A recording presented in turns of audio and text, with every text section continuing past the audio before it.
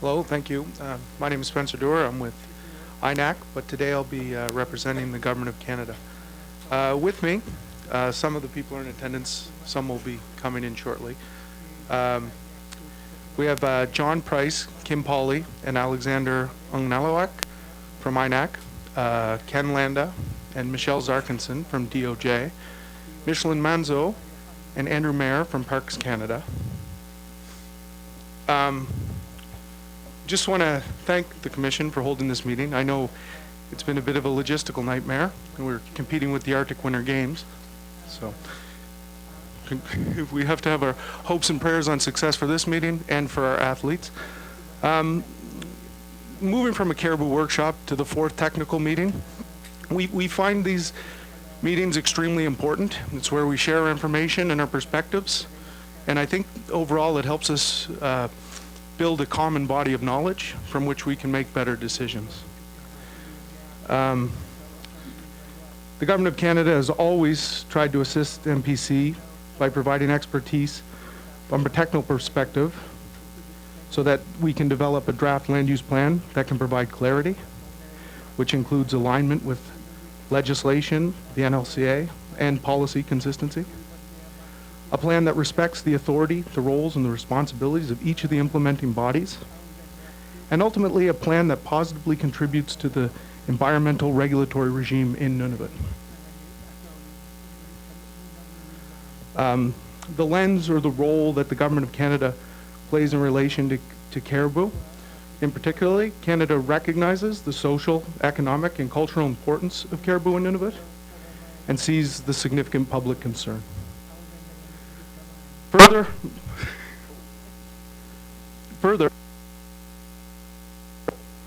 that was a bit of a warning, Spencer.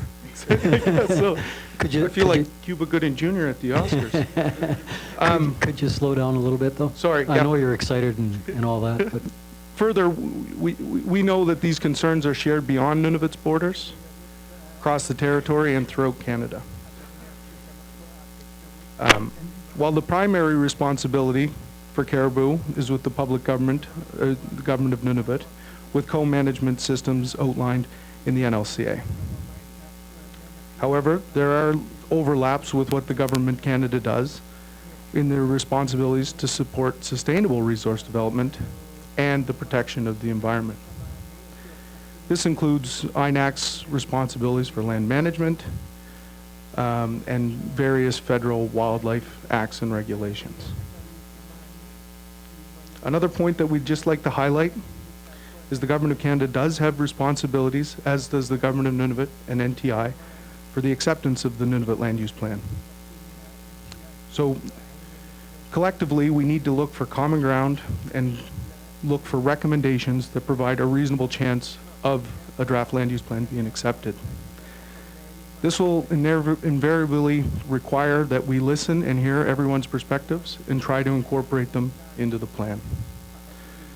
So that being said, we look forward to the discussions, and thank you. I just wanted to take a minute to introduce Jackson Hansen.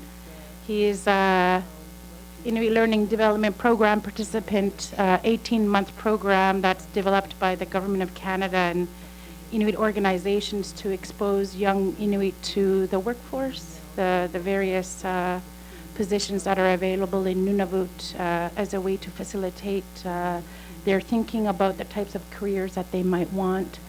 So Jackson is posted at NTI within policy and planning for the next 4 months. Tungwasugit Jackson. Just a quick question, Spencer, and I'm just thinking on the fly here. And I can appreciate your comment that majority of the wildlife management rests within the Government of Nunavut.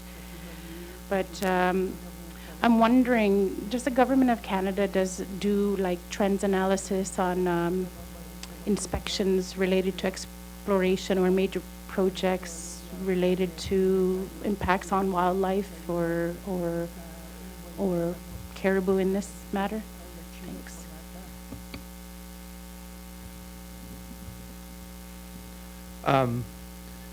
Yeah, the Indigenous Northern Affairs Canada has field enforcement unit, which does inspect water licenses and authorizations on Crown land and water license on Inuit-owned land. We do perform a summary to capture what we're looking at and, you know, what we're finding in the field. So those are produced. And we do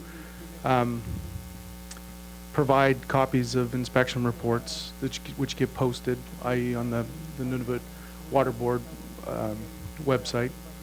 And I think we're available to provide understandings of what we've seen in the field if requested. But there's not necessarily, say, a trend analysis towards like Caribou in that regard. Thank you, Spencer. The reason why I asked that, and maybe it was just a little too preliminary, but regardless of the caribou protection measure options that will propose or will be enforced within the land use plan, I'm just trying to get a better idea of the types of resources that the governments are willing to put into whatever measure we choose. And that's why I had asked our colleague from the GNWT earlier about the types of resources their government allocates to these types of things. I'm just trying to better understand the types of resources we're willing to put around this table. Quinimi.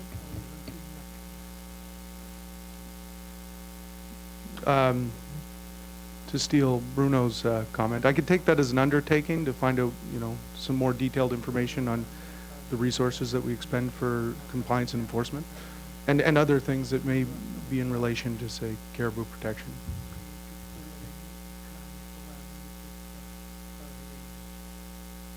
Earl? Thank you, Earl Evans, BQ Board. I had a question for Spencer here. Just wondering if you're the right guy to talk to, and I think Hannah kind of touched on it there too, is any spare change you have would be greatly appreciated on our side too. Thank you.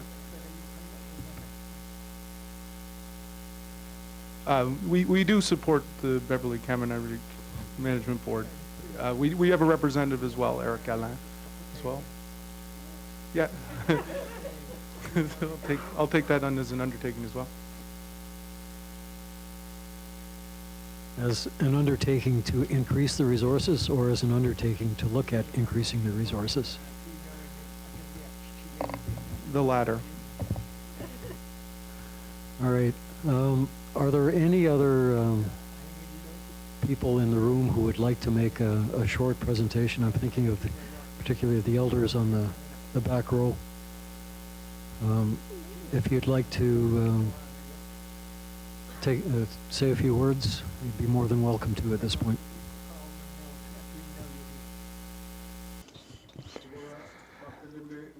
My name is Solomon Naklungayuk Kugaruk.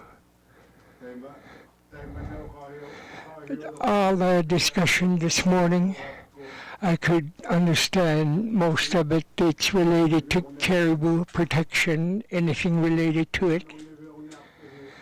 What protection are you talking about? I hear that some appear not to want to protect it, and most are asking about protection measures. Now, here's my understanding. Protection measures and related to the species is what I'm understanding from this morning. The protection we talk about as users and people, Inuit people, especially the calving areas. Is this what you're trying to solve this morning, today?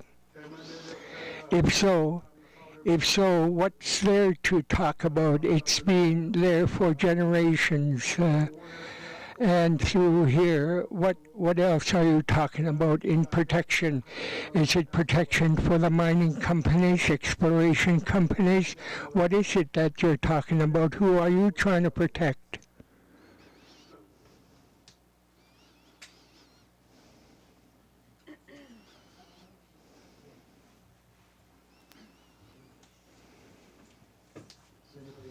Kinalo. Interested in adding to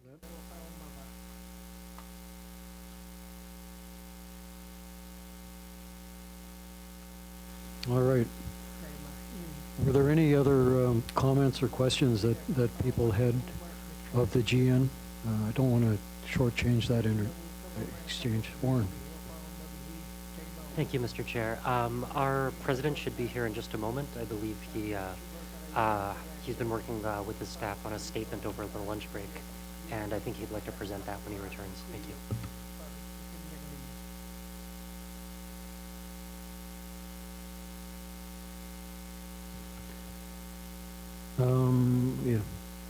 Yeah, and I'm not sure who to turn to on that.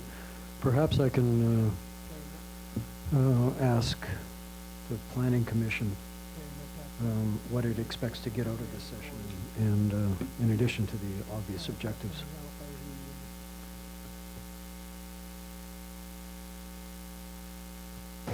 Thank you, David. I don't know if it's appropriate for us to comment before Bartholomew's questions answered. So clearly what we're looking, the Commission's role is to collect the data, have accurate data, and that what are the uses, what are the boundaries, what are the management parameters for core calving grounds, post-calving grounds, water crossings, how do Inuit, how does government, how do communities, organizations want to see the management of caribou? We need definitive information, we need accurate information. Both scientific and traditional are recognized, and the Commission needs clear direction of what it is the parties want to see in this land use plan. When I hear case by case, well, what does that mean? We need a definition of what's case by case management. Is it spatial data? Is it, what does that mean? We need answers to these questions. It's very important that we go away understanding what the parties, what the elders, government, everyone is asking of the Commission to do. I hope that answered the question, Mr. Chair. Thank you.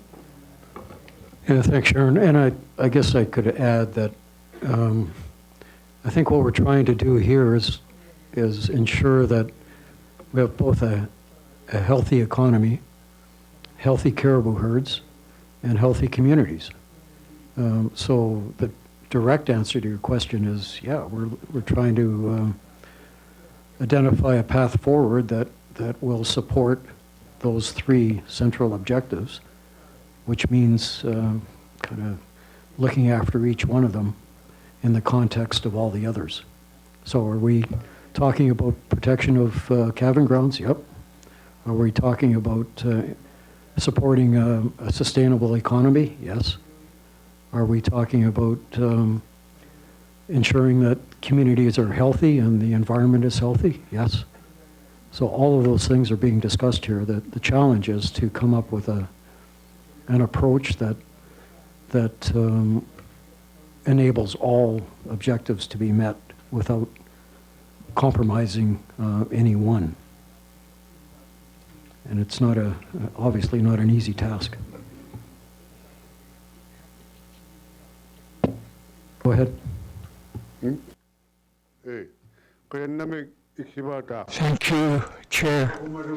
I just want to say, to clarify this, the animals and the population living up here, we coexist. The animals, we know that there used to be no fuss.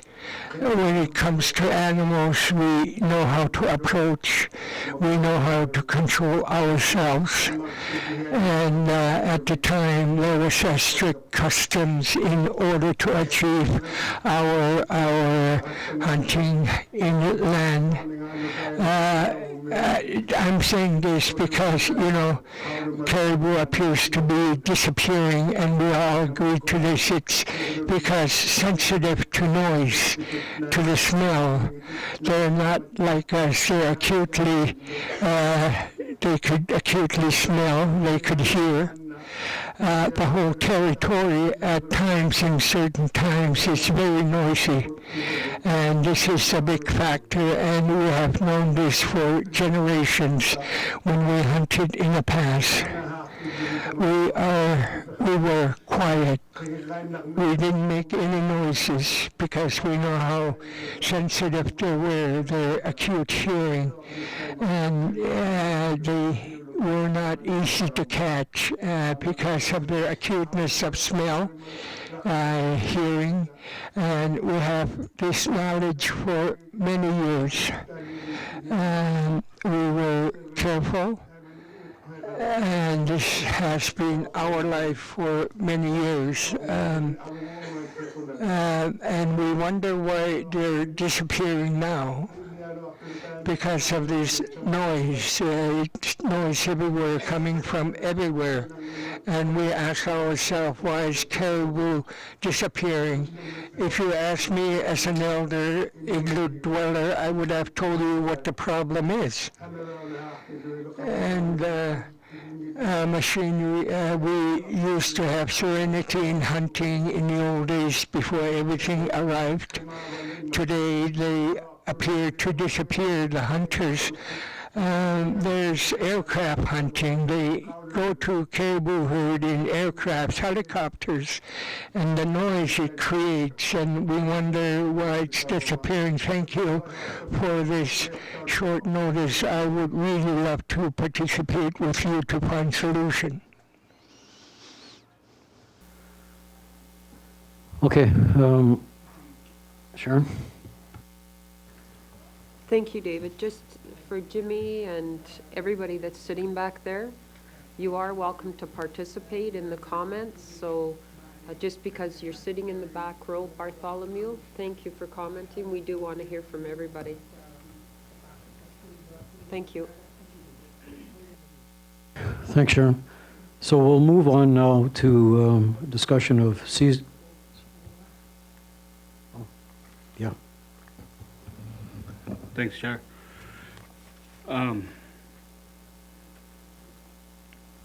This morning when we asked some questions to Steve, we couldn't get the answers that we were looking for. So regarding our questions and policy on calving grounds,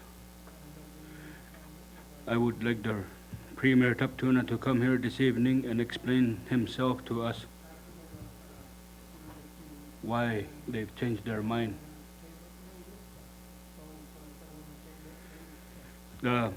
We've drafted this letter before that we want to read out to everyone. Una chichakalok simayo.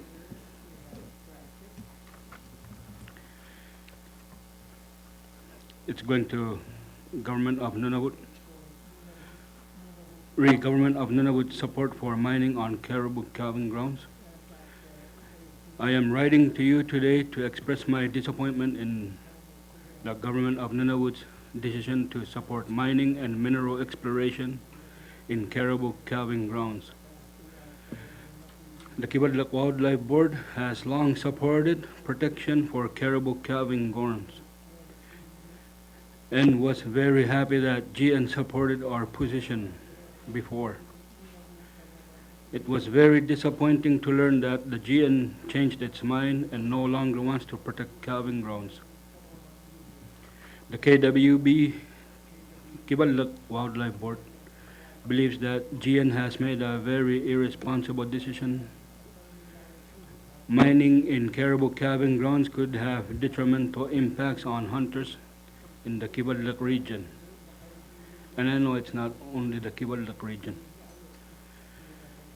For many communities, especially Baker Lake and Agwet, caribou is the main staple based on information presented by wildlife biologists, Inuit elders, and Kibadlak hunters and trappers organizations. The KWB does not believe it is appropriate to allow mining and exploration activities in caribou calving grounds. The Kibadlak Wildlife Board and Kibadlak hunters and trappers have passed many resolutions and written countless letters opposing development in Nunavut's calving grounds. So have numerous Dene and Métis communities, the Beverly and Kamanakjo Caribou Management Board, and the World Wildlife Fund of Canada. I am also very disappointed in the way this decision was made. The perspectives of Kivalliq hunters do not seem to have been meaningfully considered. If they had, I do not believe that the GN would have passed a policy that provides no real protection for caribou habitat. I previously wrote to the Premier and Minister of Environment requesting that they work with the Kivalliq HTOs and the Kivalliq Wildlife Board on the issue of caribou habitat protection. I had hoped that the GN would consider Kivalliq hunters and trappers' perspectives on land use planning and consult us on any policy changes and decisions. I have yet to receive a response to this letter.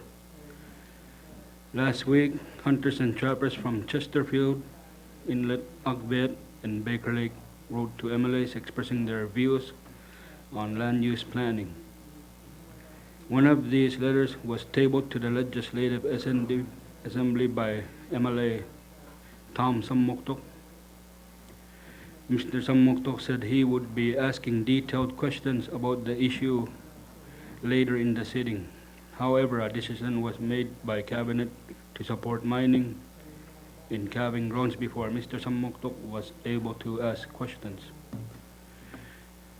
This is an incredibly important issue and one surely worthy of proper consultation and public decision. However, this discussion did not take place. We were given no official notice that the GN was considering changing its position on mining in calving grounds. There was no discussions about the issue in the Legislative Assembly, and there was certainly no engagement with the public on this question. I hope our regular MLAs will read up on the issue and take stand. It is not right for government to make major decisions without wildlife protection, without consulting the Inuit who help most of that wildlife. Please table this letter, attached document to Legislative Assembly, and discuss this issue for all Nunavut mute to hear. If you guys require any more information about this Kivalliq Wildlife Board position on caribou habitat, please do not hesitate to contact us.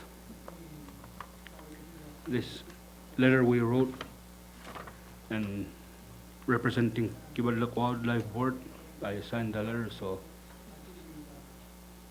I hope things will get a bit better from this. Thanks.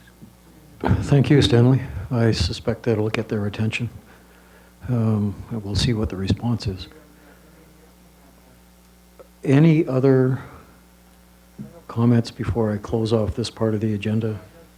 Leslie, the last word, perhaps?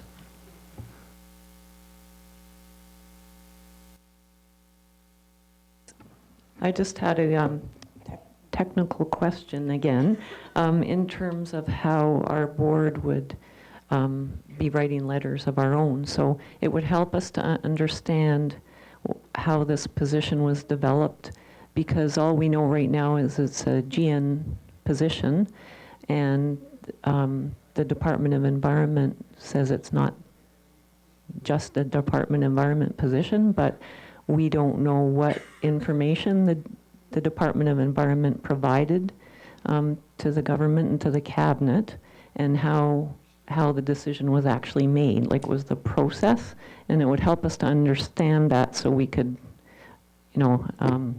ask the right questions, I guess, when we write our letter. So I was wondering if we could get any information on that.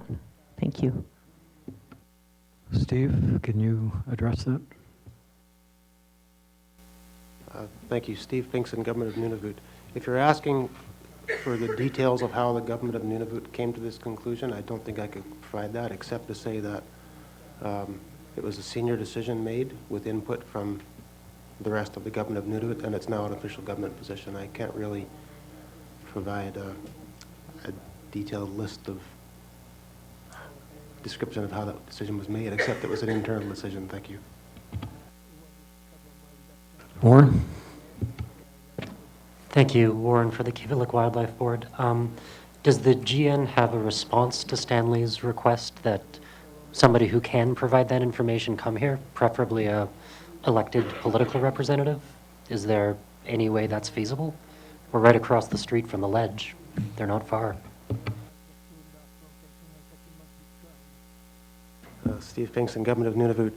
If you're asking me to relay to the Premier's office that there's a request for him to come over or for someone to come over, I can certainly do that. I don't control their schedules, of course, so if that's a request from this group or from the KWB, I can pass it along. Thank you, Mr. Chair. Warren for the KWB. Yes, please do. The Premier, a cabinet minister, somebody that sits in government, I think, should really come here and explain themselves to us. During the break, the KWB discussed this with some other groups, and we're not the only ones that feel this way. And I think if anybody else does, it would be great if they spoke up now. Thank you.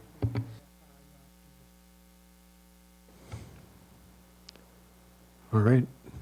Jackie? Kikitalik Wildlife Board supports KWB's request. We also sent our own letter last week to all members of the Legislative Assembly. So we are equally interested in the responses. Thank you. Earl? Yeah, Earl here from the BQ Board. Yeah, we support the request to have a better explanation. Thank you.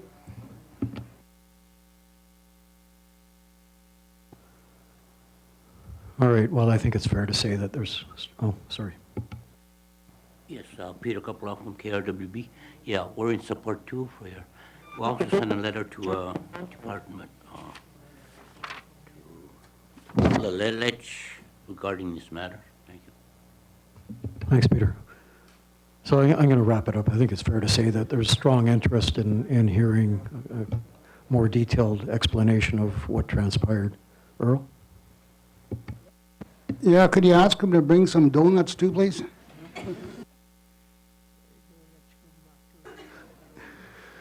Yeah, you might have more success on that part. All right, let's go to the seasonal range discussion. And it's the GN who is up to talk about seasonal ranges and a brief on the precautionary principle. And I guess, Mitch, it's all yours. And just to remind folks, we've got about 45 minutes scheduled for the presentation, followed by 15 minutes of discussion. I'm going to guess that perhaps if we could cut the presentation a little bit and add to the discussion, that might be helpful. I think many people have already heard the presentation, seen the presentation. Okay, thanks very much. So I just want to state as well, before I get into the seasonal ranges, that the biology has not changed of the issues surrounding all the concerns that are raised around this table. I just want to make that statement before we get into it. Then I will like to just briefly go over seasonal ranges as the GN has put them together. Again, those haven't changed either. We are fortunate as well to have one of our GIS specialists here that can help explain any issues that people would like to discuss. I'd also like to mention that we do have, as everyone knows, the last methodology that went out was an abridged version because the document it came from was a draft document. We've gone ahead and prepared the final version, or close to the final version of this document, which is a map atlas of caribou, mainland caribou populations. That's an interjurisdictional map atlas that's been worked on between the government of the Northwest Territories and the Nunavut government. We have some 40 or 50 peer-reviewed published articles that support the methodologies used by the GN, and plus a lot of other analysis that will come in if folks would like to know about it. So we've locked that down pretty tight, and the GN strongly stands behind its position and its delineation of the seasonal ranges. So Caribou and Nunavut, there are an estimated 19 populations and or subpopulations of caribou that are either wholly or partially within the Nunavut settlement area. 8 of these populations or subpopulations are mainland migratory caribou. They're also been called tundra winter or taiga wintering caribou. They go down to the trees generally during the winter. And the remainder are tundra wintering. So here's a breakdown of these mainland herds. The blue nose east is a mainland migratory. Dolphin Union is a tundra wintering. The Bathurst is a mainland migratory. The Beverly is a mainland migratory. The Hayek is a tundra wintering. And the Kaminariak is a mainland migratory. The Lorillard, a tundra wintering, and the Wager Bay, a tundra wintering. There are fundamental differences between these types of populations. There's also a lot of similarities. The annual core calving areas of all of these subpopulations are either entirely or mostly within the Nunavut settlement area. So we've discussed this already, but we need to just go over it quickly in terms of the range. It is a shared range. These ranges, 5 of the 8 subpopulations are shared with other jurisdictions, and there are other people relying on these populations. Blue Nose East is NWT and Nunavut. The Bathurst, Beverly, and Hayek are Saskatchewan and Nunavut. And the Kaminariak is the NWT, Saskatchewan, Manitoba, and Nunavut. So caribou management in Nunavut is shared with the regional wildlife boards, which are all represented here, and community HTOs. We consult with those boards and the HTOs regularly, multiple times a year, to make sure that we are trying to coordinate our approach. Nunavut has an obligation to involve other jurisdictions in caribou management. So some of the caribou ecotypes, I'll just flesh those out a little bit more. Of the mainland herds, there's 2 main ecotypes, and we've gone over those quickly: mainland migratory, tundra wintering. So the characteristics of mainland migratory caribou: they display the most extensive migratory behavior of all the different, or the 2 different ecotypes. That's not to say that the tundra winter are not migratory. It's just that these display an extensive migratory behavior. It exceeds tundra wintering. They're generally sexually segregated throughout the year, except during the rut and fall migratory periods. Calving grounds tend to have cows and calves, yearlings around the periphery, bulls around the periphery, mostly breeding females and some non-breeding females in the center. And they're extensive, or they migrate across the tundra range in spring, returning south to the forested areas early to late fall, where the rutting occurs. And their extensive seasonal movements make them less able to adapt to disturbance effects. One thing that does get discussed a lot, that it's pretty important to sort of to key out here, is all of these caribou populations are not all the same.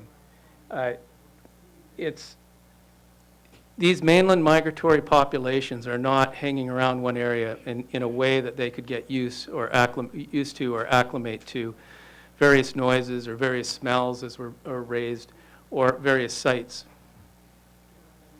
And they migrate out before they have a chance. So every year it's a fresh experience. So mainland migratory caribou react a lot differently to potential disturbances on the land than a less migratory caribou herd might. And calving grounds and spring migratory corridors, they're the most defined and predictable. They're very small polygons for herds that often can reach hundreds of thousands. The actual areas they go to calve in are very small indeed, in the smallest seasonal range of all of the seasonal ranges. So the characteristics of tundra wintering caribou: they display less extensive migratory behavior. They generally display less sexual segregation throughout the year, except during the rut and fall migratory periods when the sexes come together. They migrate across they generally display less sexual segregation throughout the year. They rarely migrate to tree line, spending the entire year within tundra habitats. It's a key difference between the two. So a couple of things. A little bit less segregation goes on, and they spend their entire year, on most years, their entire annual cycle within tundra habitats. Their less extensive seasonal movements may allow for a greater degree of adaptation to disturbance effects. So there can be a little bit of a difference there between those two ecotypes. And calving grounds and spring migratory corridors are less defined and predictable. They tend to be a little bit larger. A lot of the same rules apply, but there are some of these subtle differences between these two. So this is really a quick lay of the land. You can see the mainland migratory population starting with the gold color, with the Kamanariak on the eastern side. To the north are two tundra wintering populations, the Lorillard and the Wager Bay. As we move west, we get into the Beverly herd and the Hayek herd. The Hayek first and then the Beverly, but there's a lot of overlap on winter range. And then we get into the Bathurst and Blue Nose East, Blue Nose West, and on outside of Nunavut. So seasonal range. We base this on collar-derived caribou movement rates. So we don't make in the earlier periods, biologists, and they did a very good job, would get together and talk to also community members to try and discern when the breaks were for these various seasonal ranges, when they started, when they finished. And we've chosen to let the caribou sort of speak to that by looking at their movement rates. And their movement rates do show differences, and we can bind them into important periods just based on that. So the periods that we did manage to flesh out are calving, post-calving, summer, late summer, fall migration, and pre-breeding. It's like a pre-breeding migration. Rut, that's the breeding process. Fall migration and post-breeding, so movement off of the rutting grounds into the winter habitat. And then winter, and followed by spring migration back up to calving grounds. So this is an example of what I was meaning in looking at caribou data and letting the caribou talk. This is not heavily modeled data at all. This is daily averages that are plotted. This is actually what the caribou are doing. We didn't smooth anything out to make it look better. This is the movement rates of these caribou speaking, like very strongly. And it's very similar across the mainland migratory populations. And you can see there's very distinct periods. So here's the winter period, which is characterized by lower movement rates, trying to conserve energy. There's a lot of different reasons for that that we'll get into. Spring migration, where you see a peak in movement activity on their way up to the calving grounds. Calving, and this calving is not only unique spatially in a very small polygon. Not only do the caribou move 400 to 500 kilometers to actually get there, not only do they move against the growing season, they move as things green up, they're actually moving away. But it's also a period of time when their movement rates are consistently at their lowest. So these animals are looking for a quiet area to have their young, and their movement rates display this. Very, very significant period. Then we have post-calving, which is rearing and the initial getting the calves more mobile and able to stick with their mums, and heavy lactation. Then we move through the summer period, which is characterized mostly by large movement. We'll get into that, insect harassment. Then late summer, which is a slowing down. Caribou are packing on the poundage. And fall migration. And in fall migration, I've combined in here the two periods, the pre and the post-rut, But here's where the rut occurs in the middle of that migratory period, right at the peak of that scale. So a couple of other things to look at here that are that come out of this data, which is pretty incredible. So it's not by chance that this migration begins when the wolf pups are born. In fact, this comes from IQ as well. And it's a consistent message across science and IQ, peer-reviewed literature, and the experiences gathered around this table of a lot of different biologists that have been working on caribou their whole careers, myself included. And what is happening, we believe, although there's, is that caribou are distancing. Once the wolves have their pups, they're tied to the dens, and the caribou can move off. It makes it a lot more difficult for wolves to follow and bring food back to the pups. So, and this is also discussed by hunters and elders that we've spoken to over the years that indicate the same thing. So the caribou distance themselves from predators and disturbance events related to predation. Another couple of key periods. These are the periods right after calving where we have the feeding, key feeding. There's not a lot of insects. The forage is of very good quality, and they're able to spend time feeding during these periods. And they're the only periods during the summer where caribou can pack on the food. If those periods are disrupted, that can impact the health and the viability of caribou populations. Now, the one period to look at specifically is the post-calving period. If you notice, not only is post-calving important for caribou, but it's a key feeding period. The shoots are coming out from the vegetation are young, they're full of energy, and they're very palatable, and caribou are packing that on. And it happens during the same period when lactation is at its highest for nursing calves. Then we have high movements due to insect harassment. An interesting spike. We see this spike on most of these populations, pretty much all of them, and we have warblefly and botfly emergence. So you can see the reaction of caribou to these biting insects. This speaks to insect avoidance habitat during these periods. Where can caribou go to get away from this? So I'm not going to spend too much time here. What I wanted to do is show that this particular method that we're using is used, every single herd has its own profile. We do not take one herd or join them all together. We look at each herd and we develop these profiles for them and come out with these movement rates and these seasonal break periods. So there isn't a calving start and stop period that's the same for all of these populations. Each population speaks through their movement rates as to where those critical periods are, and we use that to generate the seasonal maps.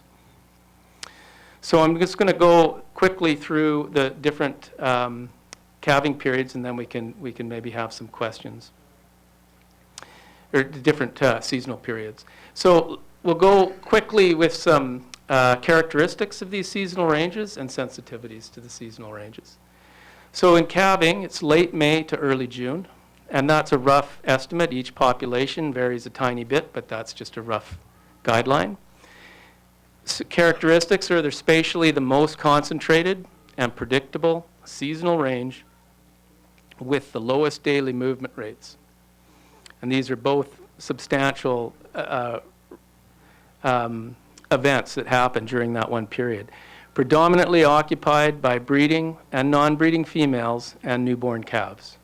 As I was saying earlier, yearlings and bulls are generally to the outskirts. There can be a little bit mixing in, but they're generally segregated. Spatial extents are exclusively within tundra habitats, offering limited cover to visual or audible disturbance. It's a key thing. A lot of measures that have been used in the past are being applied from taiga sites, and they're being touted as effective measures, but trees absorb sound and trees block visual stimuli. We don't have that in these areas. These are tundra areas. They're characterized by low densities of predators and little to no human harvest. It's a time of year where you can't really get a skidoo in, you can't get an ATV in, you can only really fly in. So by the virtue of the time of year, it's really protected from almost every kind of disturbance you could imagine. As Bruno had said earlier, David has been there, I have been there, many people here have been on calving grounds. It's a very quiet place where caribou are not running around, they're nursing their calves and giving birth. and there's not a lot of activity. Recent predator studies also show that predator frequencies on calving grounds are very low compared to other parts of their range. And commonly areas with few foraging opportunities, but they're adjacent to areas that will have foraging opportunities. Another key feature that is often missed, and you've got to look at all these different components. Calving grounds not only have the area to have young, but they're in the vicinity of areas that have high grade vegetation. So it's not just one thing they're going, it's multiple things. And there's not a lot of areas, having looked at vegetation data that we've had across our region, the Kivalik region, the region I work in. There's almost no places that look like that have that combination. So these areas are not necessarily replaceable. Where we can find other areas, oftentimes caribou might be able to move in there. As an example, for Kamanariak, no other area exists on their range that we've identified. So sensitivities, they're vulnerable to all disturbance effects. And this is at the greatest during this period. They're having young. They're trying to keep their young from trouble. They're trying to keep disturbance down, keep predation down. Caribou generally on calving grounds see any kinds of disturbances as predation, and they'll move away from it. And calf abandonment is very high during this time of year. So it's very, very sensitive of all the seasonal ranges, the most sensitive period. Energy demands reach a peak throughout this period, while forage opportunities remain low, because remember, we're waiting to get into post-calving for the green up to start so that these animals can start feeding. So these caribou have got to nurse these youngs until that happens. And so there's a lot of energetic demands on cows with calves. Any energetic demands that are on top of what would normally or naturally be there are going to take away from calf condition and the survivability of that animal. And that's been shown in a considerable volume of peer-reviewed literature for ungulates. Flight responses to any form of visual or sound disturbance is the greatest during this period. We've had on-the-ground experiences with this. Caribou will run, and we had several caribou run and keep on running from foot traffic on the calving ground till the caribou were out of sight, and abandonment of the calf in the process. Susceptibility to disruption of the cow-calf bond is at a peak throughout this period. So until the female has invested a lot of energy into its calf, that bond is very weak, and the female will abandon that calf to save itself. It's an evolutionary adaptation that allows breeding females to survive to the next year to produce calves again. And the high densities of cows and calves within a small geographic area warn of the high potential for disturbance-related spatial and population level impacts during this period. Densities are of their highest during this period, sometimes exceeding 400 and 500 caribou per kilometer squared. Huge numbers in very tight spaces, and year after year.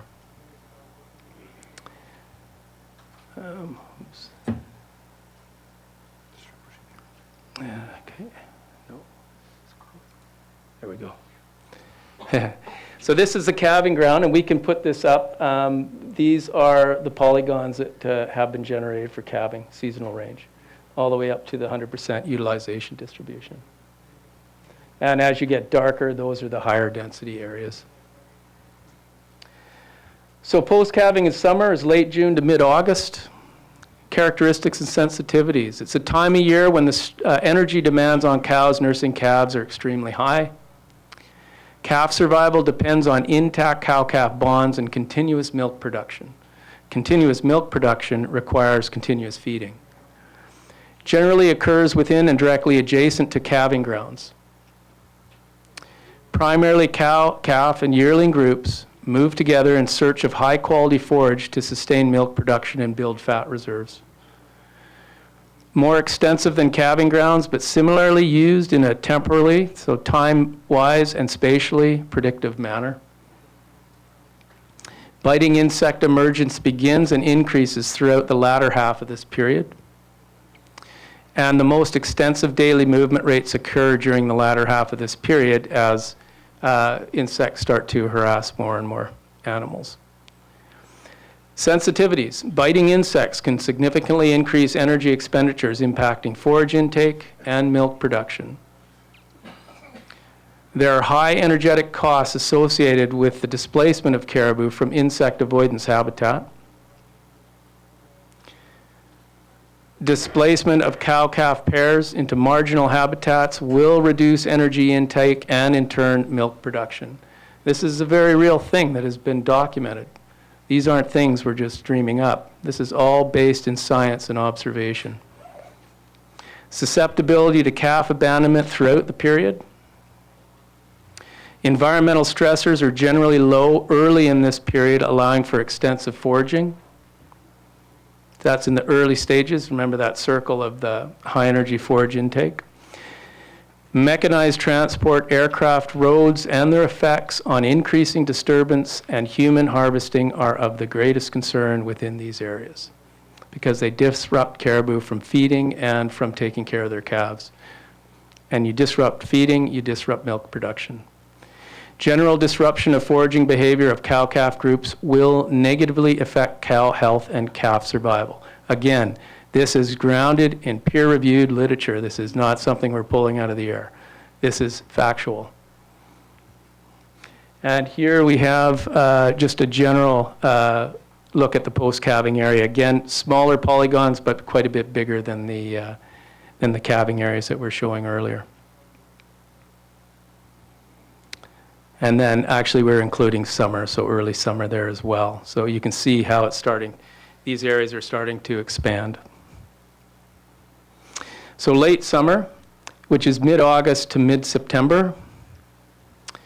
Biting insects steadily decline during this period. Forage intake is maximized during this period while forage quality declines. So you remember that other circle on the downside of that high insect harassment. The only problem with that time of year is we're getting towards fall and the vegetation is losing some of its quality. Still good, but they again need to maximize forage intake. A time of year when environmental stressors are low, allowing caribou to focus on forage intake and the storage of excess energy as fat. Geographically extensive, though foraging caribou are often selecting for small patches of higher quality forage. It's not just this huge, vast area that they can take advantage of. They literally need to go out there and search for those high quality patches. A lot of the activity we see in late summer is movement between patches. If a caribou is disturbed in those areas, they will move off and try and relocate another area because they need to keep feeding. Uninterrupted foraging during this period is critical to reproductive success, including the rutting process, as well as the later calving past the rutting process. And it's also critical to overwinter survival. This is the last chance these animals have to get good fat reserves on. And movement rates are generally low during this period. So sensitivities, high sensitivity to forage disruption, with the potential to strongly impact energy uptake and fat production. Low movement rates make caribou on their late summer range particularly susceptible to roads, and they're characteristic of increasing hunting pressure and general disturbance. And when disturbed, forage patches can take considerable time and energy to relocate. Cumulative effects, particularly centered around roads, aerial disturbance, harvesting pressure and predation, are of the greatest concern during this period.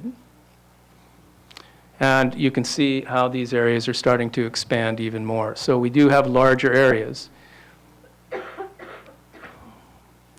Fall migration and rut. Characteristics, the time of year when breeding occurs. All ages and sexes come together. Generally occurs in the vicinity of the tree line for mainland migratory herds. Primarily cow-calf groups migrate from the tundra environment into the forested environment for the mainland migratory, or into the more southerly extents of their annual range for the tundra wintering. Cow-calf groups join up with mature and young bulls, generally in the vicinity of the tree line for mainland migratory. And though geographically extensive, Caribou generally utilize these areas in a predictable manner. If you look at the sport hunting industry across the north, they have lodges in specific places, and they get rutting caribou coming back into that area, or the beginning of the ruts in many of those areas over and over again. So there is a predictability to it. Sensitivities, migration and breeding are energetically demanding primarily to mature bulls. So this is a hard time of year for a mature bull because they're just about to go into the winter and they're putting out a lot of energy to breed. Disruption of the breeding process will increase energy demands and impact breeding success. It occurs just prior to the winter season when the amount of stored energy will directly affect overwinter survival and overall productivity. And these ranges are generally extensive. Obstruction and or diversion of pre-rut migrating caribou can substantially disrupt the breeding process, like animals not arriving onto their rutting grounds. Cumulative effects, as they apply to the disruption of migrating caribou in the breeding process, are of the greatest concern within these seasonal ranges. And here's an example of pre-rut. Here are the rutting areas. Again, the darker colors are the concentrated areas. And these are the post-rutting where caribou are going on to their winter range. Just two more here and then we're through. Winter range, mid-December to mid-April. Characteristics. It's a time of year when energetic stressors are at their greatest. Forage quality, quantity, and accessibility can be highly variable from year to year, but is generally low. Generally occurs within the tree line for mainland migratory herds. Movement is generally low, though can vary with levels of predation, harvesting, and snow conditions. Spatial use of winter range is highly dependent on fire history, weather, roads, and harvesting pressure. The most geographically extensive range of all the seasonal ranges. And so the sensitivities, caribou are particularly susceptible to roads and associated harvesting pressure. It is harder to locate and maintain feeding areas during the winter season. There is more space out there, but it's hard to get them. Roads bringing in any kind of, they're pathways for predation, for predators to move down, makes those populations more susceptible to harvesting. All these things will cause those animals to abandon those sites. In the wintertime, that is a huge energetic cost, and they may not be able to relocate another good site again, and that's going to impact them throughout the rest of the year. Snow thickness, icing, forest fires, and harvesting pressure can heavily impact caribou condition and survival. Severe winters can push caribou past stored energy thresholds, reducing their overall survival or their productivity. So, and one of these things can be what they term a reproductive pause, which caribou will skip 1 year of breeding, which can heavily impact population demographically. Late winter yarding behavior can concentrate caribou into small areas. Disturbing caribou within these areas can reduce survival. Generally, they're in those areas because movement outside of them is difficult. Sun crust formation, things like that. And cumulative effects, particularly centered around roads and associated harvesting pressure and disturbance, are of the greatest concerns, again, because of the size of the areas. So here's the winter range. It covers a pretty big swath of ground. So you can see that cumulative effects need to be considered to know how much of the winter range is being removed from caribou's ability to access. And this is the final one, and then we can have some questions. The spring migratory period is mid-April to late May. It begins following the wolf denning and pupping, restricting a pack's ability to follow migrating caribou.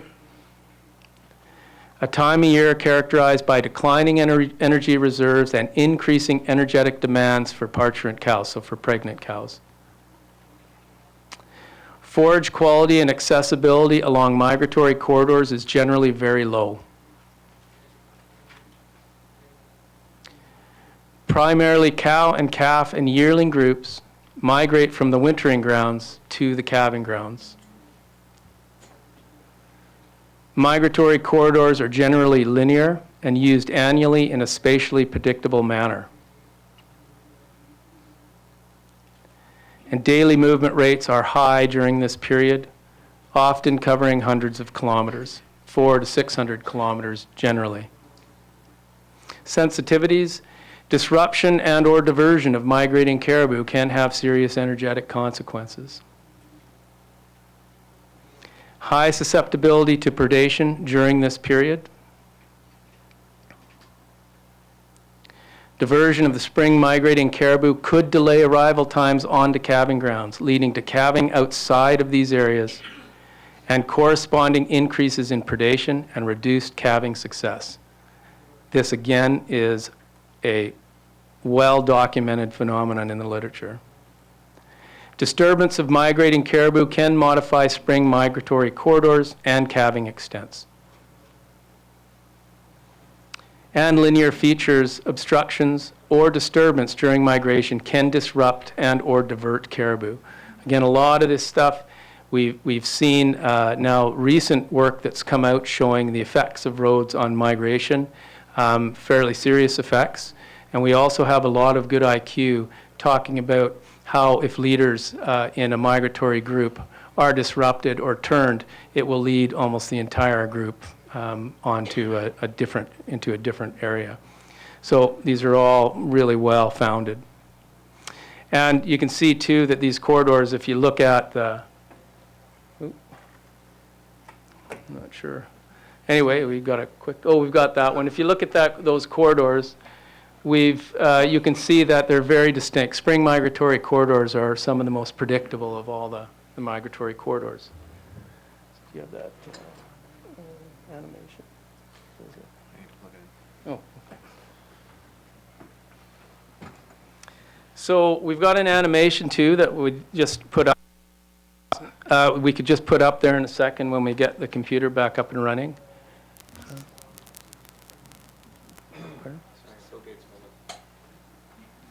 But is there, I guess we could field some questions right now while we're getting this thing running. Miguel. Thank you, David. Miguel with NTI. Mitch, thanks for the presentation. It was great. I always like to see the correlations between events in the wild and the movements of caribou. It's the warble fly thing is really interesting. I wonder, you made the distinction between the tundra wintering and the mainland migratory. And would it make sense to have at least two management approaches to address each of the types of herds? I mean, if not for each herd separately. And I know that we have, it's an early plan, and maybe we can't get everything in there. But I'm just wondering, would it make sense to do so?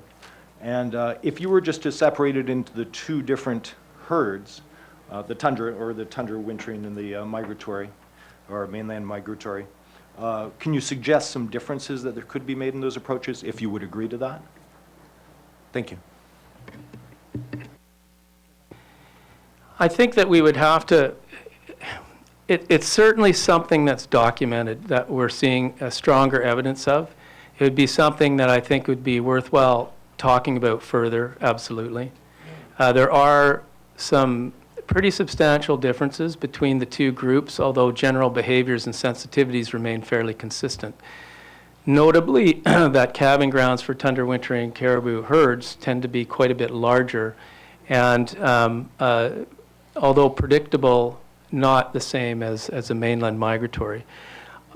I think that is something that looking at how those differences might play out in the plan is something that we certainly could look at and would be willing, obviously, to look at, and with all the other colleagues here, and it could be a worthwhile exercise. I don't know if that answers your.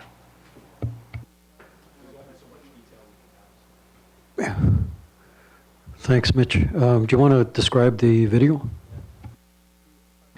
Okay, so the main idea behind this video or this animation, is to try and talk about, when we used to talk about key access corridors, it's hard to get my head in the game on this, but keep everything straight, but because we're so used to a different approach. But I want people just to look at, we're looking at telemetry dates September, October, let's wait until she comes around, November, December, January, February, March. Now we're starting to come into spring migration shortly. You can see how the animals are starting, watch them come up into that calving ground on all of those. This is multi-years of data, and it's absolutely predictable beyond what you could possibly imagine, because there's only certain corridors these caribou can use. The point of looking at this is to understand that these are not static polygons that we've got here. Caribou flow onto and off of these polygons. So if the caribou are utilizing, in case in point, the north end of their core calving area, there's a lot of real estate between where they got to come from and where they got to go to before they get there. So it's not just looking at spatial prints, it's looking at also the movement of animals across that and making sure that that movement is not disrupted so that the caribou can make full use of these core calving areas. So that's what we're really trying to show here, because oftentimes we see maps and it's not fluid, but what is really going on out there is very dynamic and much more complex than a lot of people that may not be dealing with caribou all the time necessarily understand. So that's what this animation is to try and show folks. Thanks, Mitch. Yeah, Earl. Thank you, Earl Evans, BQ Board. I have a couple of questions for Mitch. One of them is regarding the vegetation atlas that Nunavut has been working on for several years. I know it's complete. And I heard you say that this high-quality forage is only found in the core calving areas. That's where the caribou go there. Is that correct? It's found in association with and some on the core and some around the core, but it's close by. So if you look at here's calving right now, and if you look at calving coming out into post-calving, you see it's in the vicinity of the calving area. So, and if you look, we are running resource selection function models. We're kind of in the middle of working on that right now, which looks at caribou use and the habitats from that same map system. And we have just bits and quips of things that we've seen, that there's a lot of really high quality habitat in the vicinity of the calving ground that doesn't appear to be in the same combination anywhere else on the annual range of the Kaminariak herd.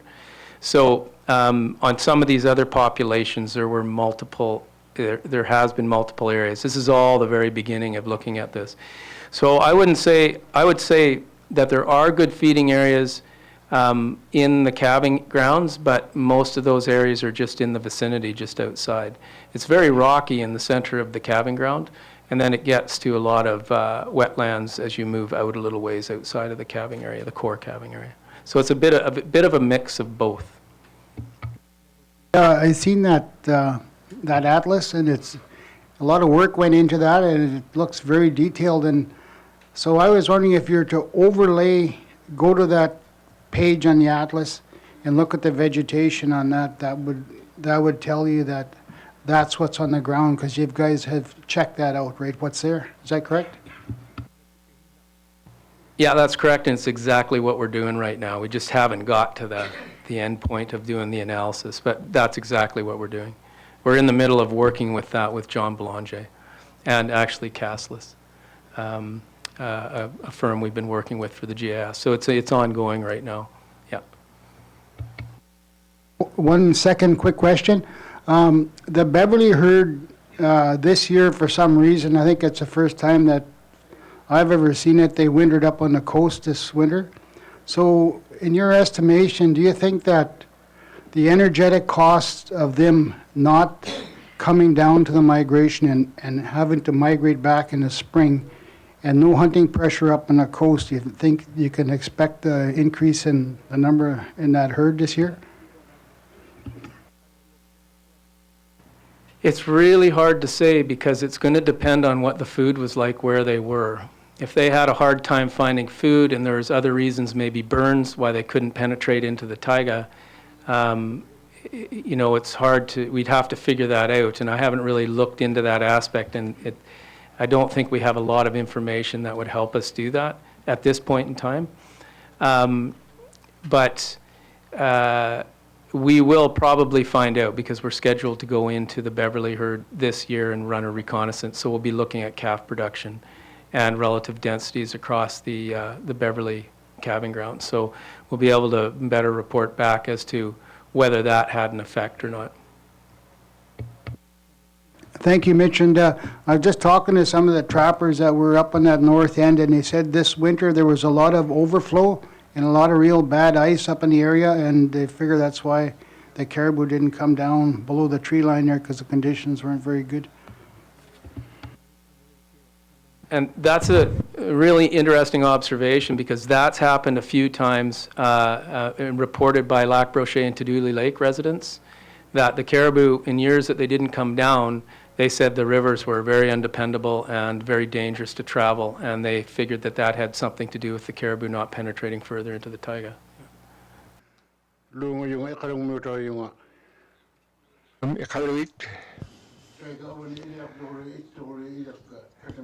The people I'm here with are my co-board. Mitch, I have no question for you. You are talking about caribou herds before you were born that I have knowledge of. But just a short statement. You only have 3 days on Caribou workshop, and various items you're talking about in Caribou. Government have given us a task to attend this meeting under IQ. The calving grounds disturbance, according to our knowledge. And just a day later, after all that work, the government has completely destroyed our work in reverse of their policies when we heard a few days ago. But here, I just want to say, it appears that for those involved in wildlife, you appear to have something against exploration and mining. My first career, I worked up in Alert in 1967, and up there during my stay, towards the end of 1960s, I moved over to Panarctic in Queens Island.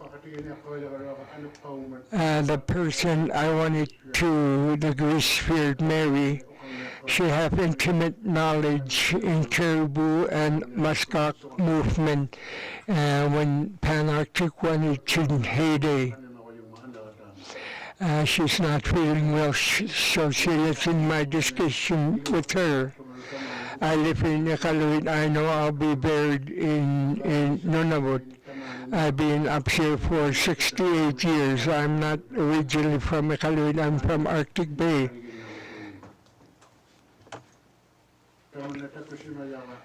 The knowledge and what I have seen, what I have heard, we were voiceless at times, but here, while we're here, we all should be aware that exploration and mining companies and government have spent great deal of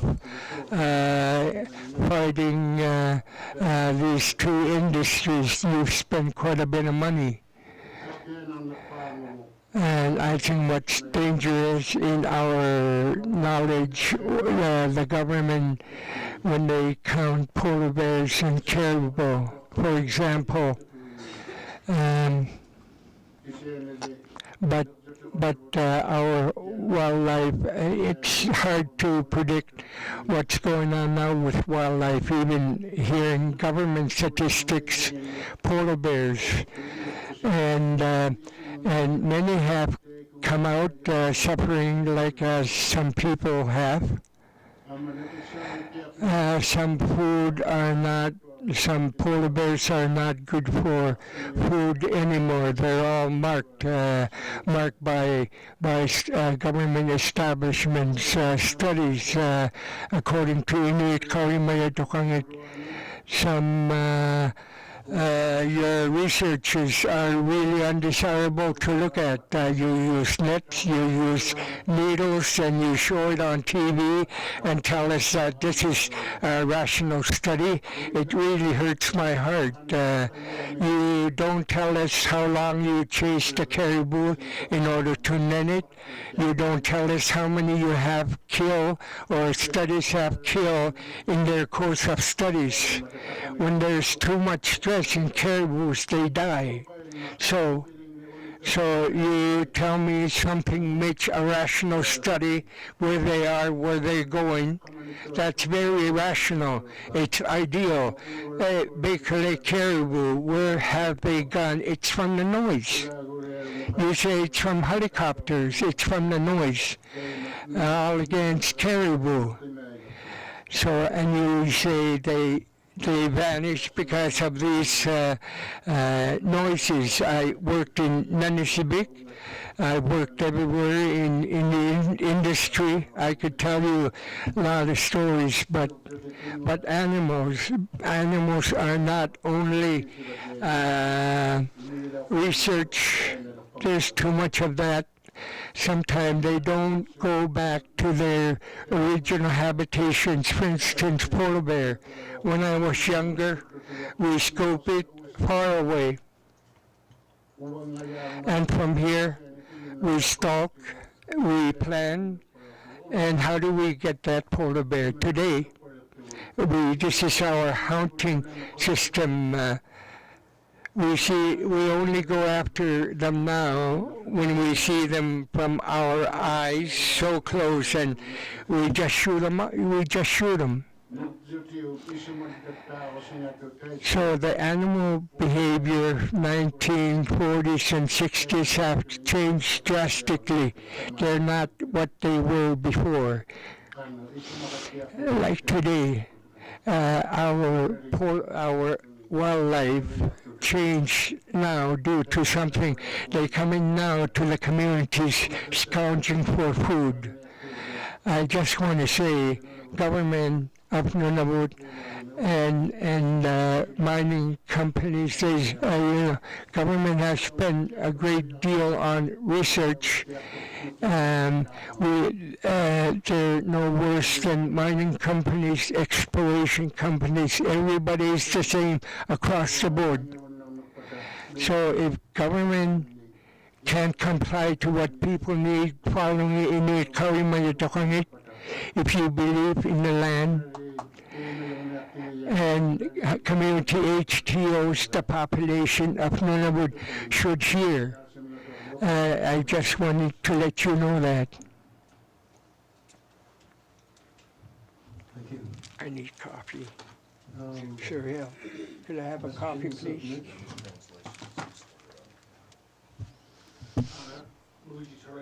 Luigi Tretti. Inaitok. Yeah. Oh. Okay. Yeah, pero yung imay to me. Kibota, yung makok tuti. Needs a break. We'll take a break. Okay. So let's take 15 minutes.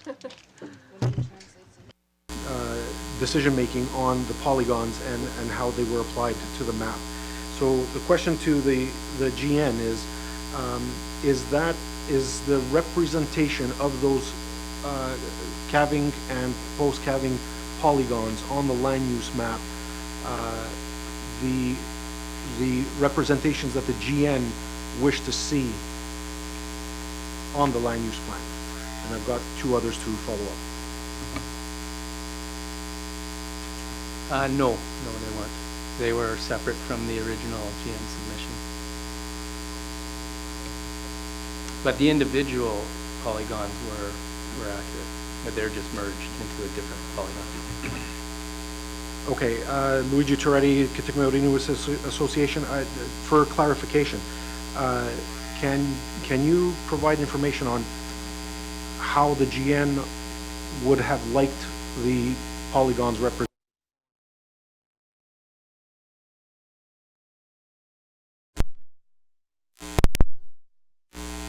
Well, before or after? It's confusing for me actually right now. I'll just say in the previous submission, which has been changed now, but in the previous old GN submission, the intent was to look for protection on only the calving ground polygon and not on the post-calving polygon. That was meant to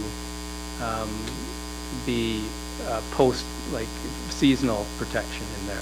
Now, of course, as Steve had indicated this morning, that GM position has changed, but that was the old position that we had submitted. Does that clarify? Thank you, Mitch. Luigi Toretti, Kitikmeot Inuit Association. Yes, that does clarify. And yeah, I appreciate the difficult position that you're in, trying to walking through the weeds.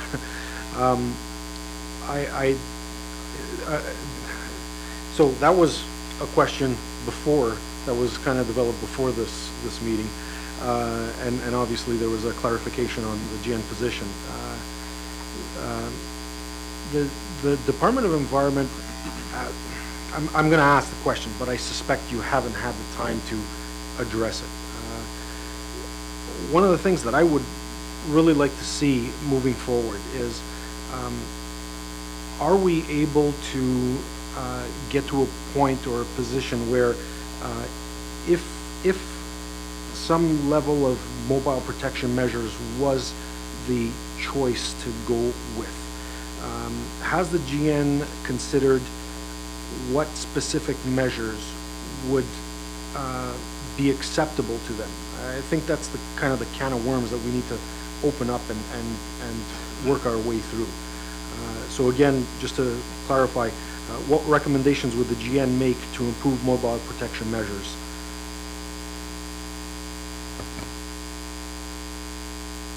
Just an interjection. There's more than one can of worms in that one. And I want to go back to your answer, Mitch, but answer this one first and then. We can't answer that at all, actually. I'm unable to answer that question. I'm sorry. Okay, and Luigi, just let me revisit the first question you answered.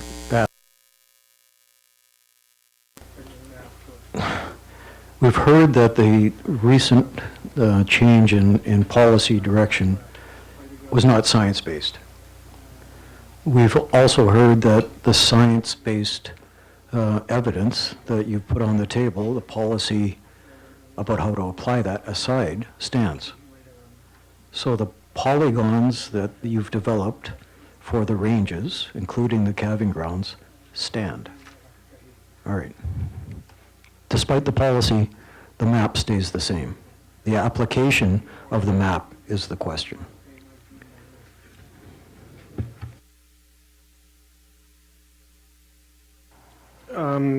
I guess I would pose the question once again then, in terms of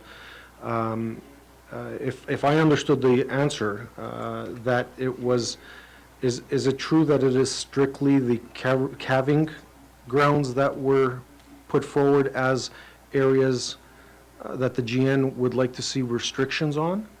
And, or is it both the calving and post-calving? And sorry, that I've got another question, but I just want a clarification on that point. Okay, so again, I just want to make the differentiation that in the old submission that was the last submission that was sent into NPC, or the older one, the GN position at that time was to only have area protection for the calving polygons, not for the post-calving polygons. In the post-calving polygons, the old submission was to look for seasonal protections in there. So there is only one area protection that was put forward in the old position. That was only for that smaller calving polygon.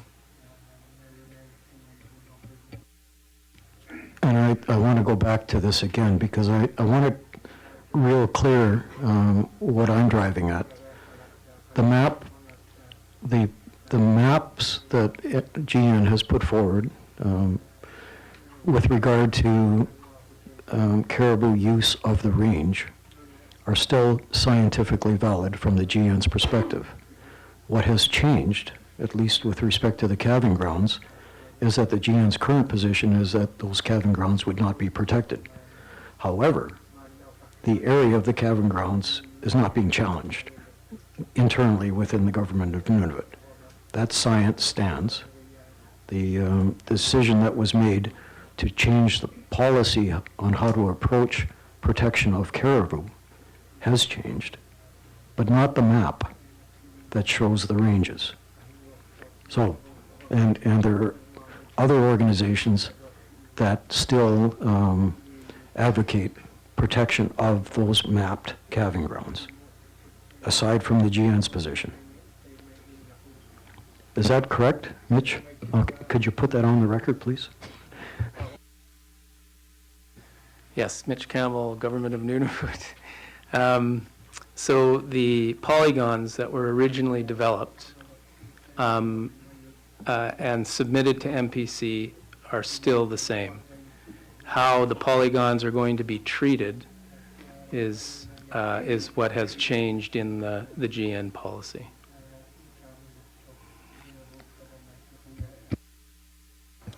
Luigi Toretti, Kitikmeot Inuit Association. Okay, I guess the question ends up to the NPC. In light of the clarification from the GN that the post-calving not necessarily have restriction, but have some form of mobile protection measures, how will the NPC separate those polygons? Will they be considered different polygons? Protection on the calving polygons and or restrictions on the calving polygons and some type of special management on the post-calving?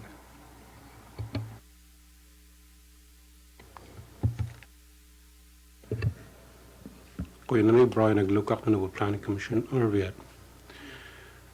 The NPC at this moment is not in a position to respond to that question. We will not be deciding on what type of approach we want to take over the next few months. That's a decision only that commissioners can make. So I apologize, Luigi, I can't answer your question.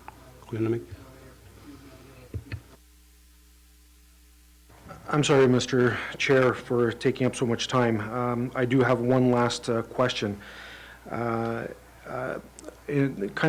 Following in Miguel's footsteps about different approaches for the mainland migratory and the tundra wintering caribou, is the GN considering the potential for regional approaches as well? The reason I bring up the question is that from a scientific basis, I think everybody's quite clear that the Bathurst caribou have changed their calving ground range. I'm not sure if everybody around the table is aware that IQ points out to two changes in that caribou calving ground. The caribou calving ground right now is where it was historically And so, and I believe Mr. Kapelak would be able to speak to that if he wishes to. So the reason I bring it up is because of the shifting nature of that calving ground. One of the big concerns for the KIA is if we create a polygon that is protectionist, if there is a shift once again, that polygon may stay on that map and it's ineffective at protecting in a different area. So is a regional approach something that the GN would be considering?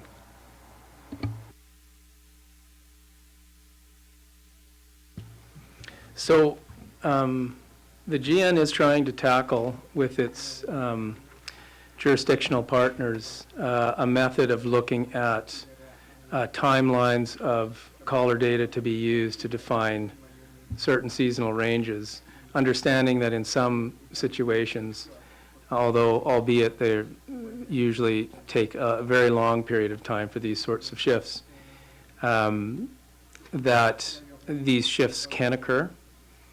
I want to just clarify that this is over very long term. These are not things that just sort of flip back and forth. These are over decades, if not longer, from what we've seen with most of these populations. So we are in the process of trying to determine how that might work so that areas that no longer are being used by caribou and are considered by the communities and the other co-management partners, biologists, et cetera, as being unimportant at that point in time could be adjusted within the land use plan. But that is a work in progress right now.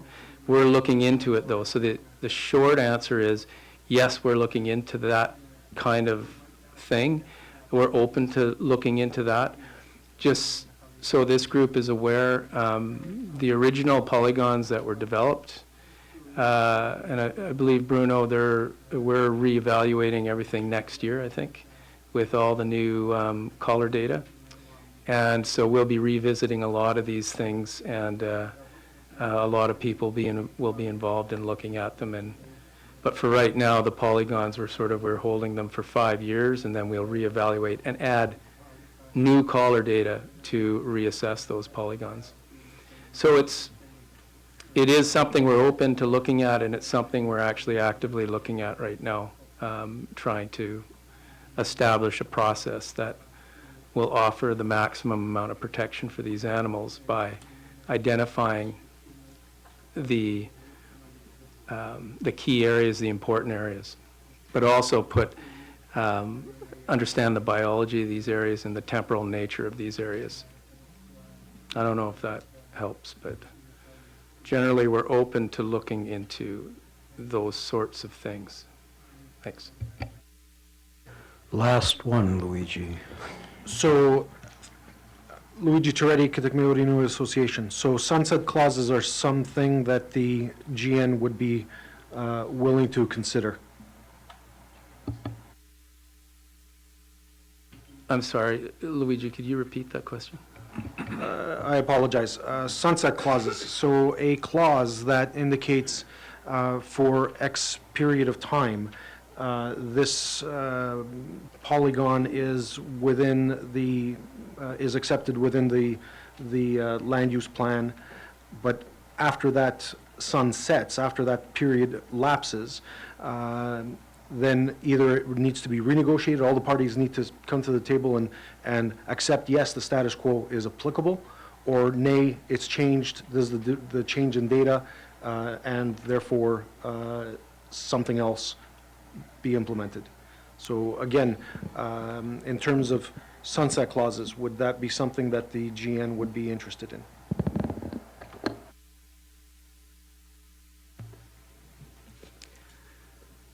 I think,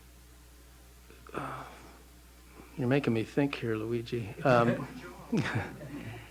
I would like to hear from some of the other people around the table. Certainly, it would be something that I think would be reasonable to consider to revisit, because we're always consulting and things are potentially changing.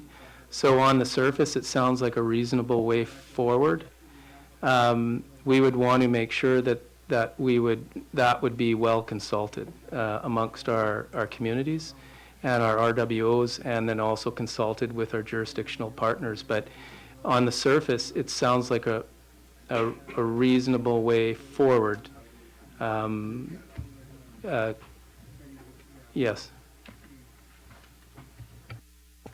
And I think I would add that you're going to have to consult with your financial management board, because that's going to require a lot of monitoring.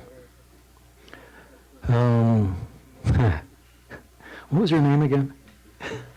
Luis. Oh, come on, it's only started. I've hardly even said anything. Miguel with NTI. Actually, I'm a bit concerned. I have two things now, because you said something that concerned me a bit. You represented the GN as saying that they are no longer advocating for any protection in calving areas, and I believe that's what you said anyway. But the GN didn't object to that, and I was a little surprised, because I'm pretty sure, my understanding is that the GN is simply saying they're not asking for prohibitions on development in calving areas. And I just want to make sure that's clear. Like, if I'm misunderstanding, they're still advocating for protection, just not prohibitions? I don't know, to be honest. My understanding was that the GN's, and I haven't seen anything in writing, the GN's current position is that while it was advocating for protection, the Caribou calving areas would be considered conservation zones in the land use plan. They've withdrawn from that position and have said, we'll consider on a case-by-case basis the best approach to caribou protection throughout Nunavut.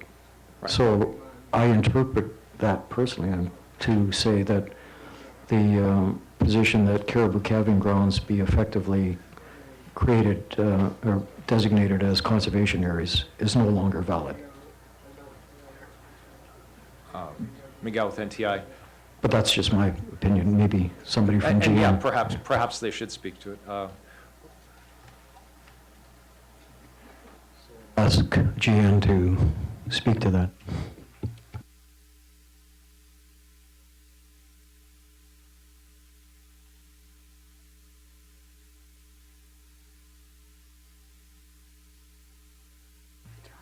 Sure. I'll let Denise answer this, because I'm getting a little bit confused here what we're actually talking about. Actually, I'd appreciate that, if you could.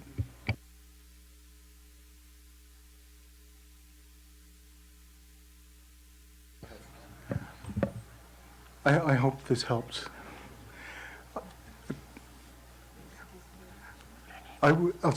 David Clay with NTI Wildlife.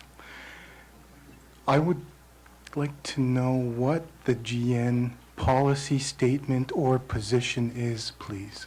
Thank you.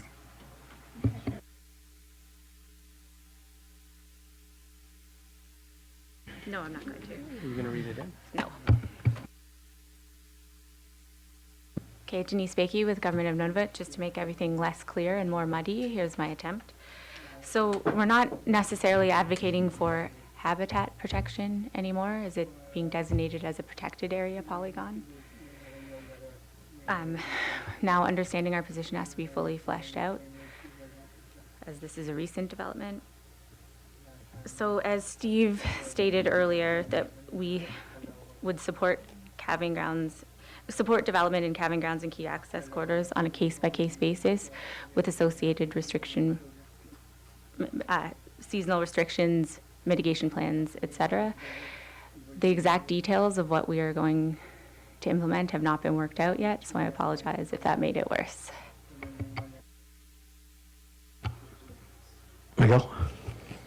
Miguel with NTI. Now to my real question. That was just a concern from what you'd said. And it's to Mitch. Mitch, in the last technical meeting that we were at, you gave a presentation called Finding the Balance. And in that presentation, and correct me if I misread what you had on there, one point you'd said that if there were enough funding available, then mobile protection measures could be a feasible way of protecting the caribou. I would ask, did you have that in your presentation, and could you clarify what you meant by it? Thank you. Sure. Okay, so my problem is we're zipping back and forth from old policy to new policy here. So if we go to the old one, which is no longer supported by the GN, in that policy we did not say that mobile protection measures could replace area protection for calving. And I just want to add this caveat because I'm a biologist and I need to add this caveat into this whole thing. So to get out of the policy thing, because we all know the GN policy, we're all aware of it. From the biological standpoint, I think it needs to be understood by everyone around this table. And I'm just going to give a little backdrop, and this is going to help me sort of feel less confused, and people can respond to this as they like. I've been working on caribou for 30 years now. I've been on the calving grounds almost every year of that. I've worked on woodland caribou and I've worked on prairie caribou, but mostly I've worked on barren ground caribou. A lot of the elders and the RWO reps around this table have been on caribou habitat a heck of a lot longer than I have. And they have a massive amount of knowledge as well on all of these. And I've spoken to many, and we've listened to many that have provided the feedback back to us. Additionally, we've been very thoroughly through the literature, probably haven't seen everything that's out there, but there are dozens of papers that very clearly delineate potential impacts to caribou, et cetera. So we've gone through that and justifying, important caribou habitats and that sort of thing.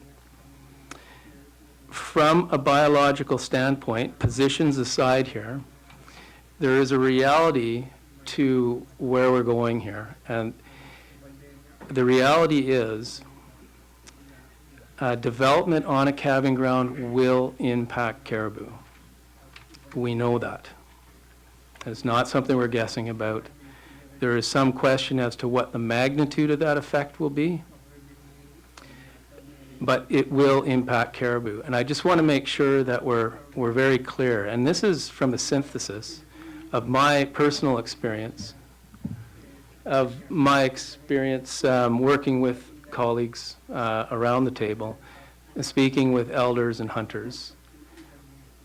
So I feel I have to say that because that's who I am.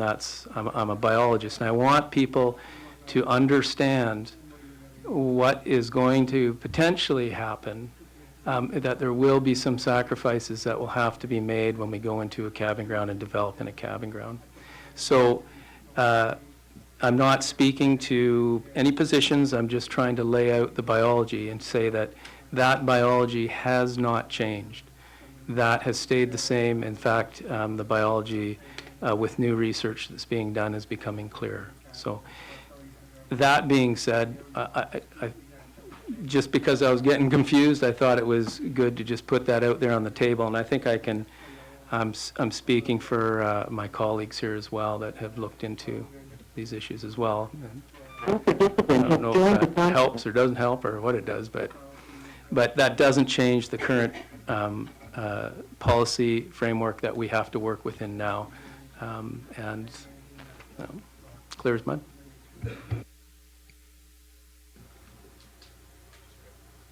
Okay. Any other? Oh, just Miguel, one more. Yeah, Miguel from NTI. Yeah, I mean, this is a technical session, So positions aside, we all have to be aware of them, but we're just talking here and trying to figure things out. So thank you. Yeah, and I guess I'd reiterate, while the policy has changed, the science has not. So I guess I'd characterize the GN's current policy as less risk averse than the previous one. Hannah, did you have a question? Thank you, Hannah from NTI. I can appreciate the awkward situation you guys must be in, but Denise, you mentioned that the new policy has yet to be fully fleshed out. Will the policy be submitted to NPC? Because I don't think the decision was made publicly or released publicly, and just trying to understand where the GN is going with this. Will we see something in the near future? Thank you. Denise Bakey. Oh, would you like to go ahead? Denise Bakey, Government of Nunavut. I assume this will be something that will be forthcoming in an NPC submission on future land use planning submissions. Yeah, sure. Trikus Gissing, Director, Wildlife Management, Government of Nunavut. There will be a media release later today from Government of Nunavut on the decision that will more clarify what the government position is right at this time. I just want to make another comment on that, is that our previous position was that calving grounds are protected for development, and that was our position to NPC to consider in the development of a land use plan. Now what we're saying is each proposal will be considered on a case-by-case basis. That is purely a recommendation, again, to NPC. Nothing prevents NPC from making a position to say calving grounds are protected based on, I mean, there's a lot of people around the table that provides input into this, not just the Government of Nunavut.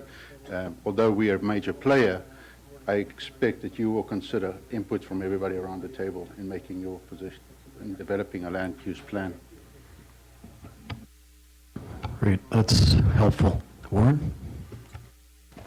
Thank you, Warren with KWB. I'd just like to say that, talking with my executive, with the other staff that's been around KWB a lot longer than me, they've really appreciated the GN showing up to their AGMs year after year and consulting really heavily with the KWB on their previous submission. It didn't reflect everything the hunters wanted, but calving grounds was a big priority. And given that, as the chair has noted a few times, the policy may have changed, but the science hasn't. I do hope the NPC staff will consider the science that's been presented here and the other science when they're coming up with their final recommendation. Thank you. All right, any other questions before we move on? All right, so the next on the agenda is a brief update by the Nunavut Wildlife Management Board on the workshop they held back in November. A number of folks weren't able to attend that workshop, so we've asked the Nunavut Wildlife Management Board to summarize the results.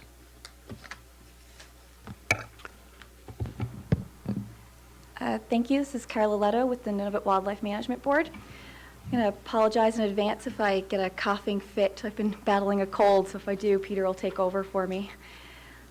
So thank you for giving the NWMB an opportunity to speak at this technical meeting.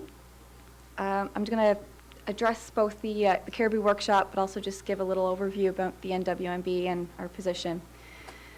So for those of you who do not know, the NWMB is a quasi-judicial tribunal with decision-making responsibility, acting as the main instrument of wildlife management and the main regulator of access to wildlife in the Nunavut settlement area. There are a number of provisions. Could you slow down a little bit? Thank you. There are a number of provisions in the NLCA that give the NWMB authority to play an active role in the management and protection of Nunavut's wildlife habitat.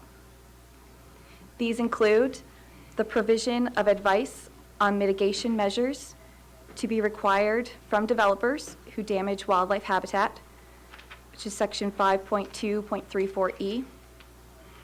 The approval of the establishment, disestablishment, and changes to boundaries of conservation areas related to management and protection of wildlife and wildlife habitat, which is section 5.2.34A. The approval of plans for management and protection of particular wildlife habitats, 5.2.34C. And the identification of wildlife management zones and areas of high biological productivity, and the provision of recommendations to the Nunavut Planning Commission with respect to planning in those areas, which is section 5.2.34B. In May 2014, the NWMB passed a resolution recommending the full protection of caribou calving and post-calving areas, which included a prohibition of mining, exploration, and development, and that NWMB position has not changed. This position was forwarded to the Planning Commission in our May 2014 and June 2015 submissions. So as most of you are aware, the NWMB hosted a workshop in early November 2014 called Protecting Caribou and Their Habitat.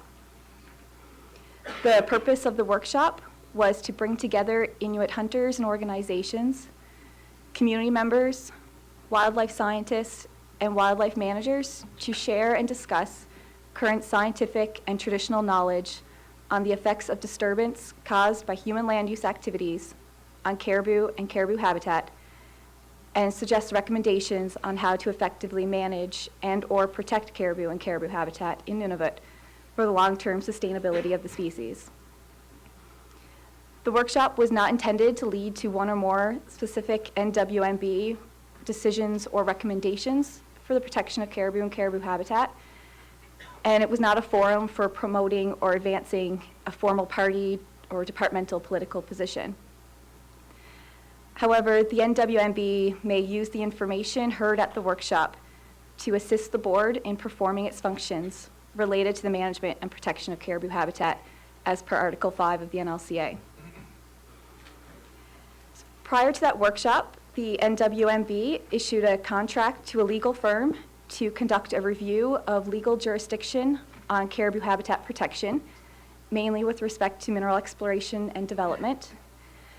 As well, the NWMB issued a contract for a literature review on the impacts of human activities on barren ground caribou, with a focus on IQ, scientific information, and caribou protection measures. The literature review was based on information post-2010 to... I'm sorry.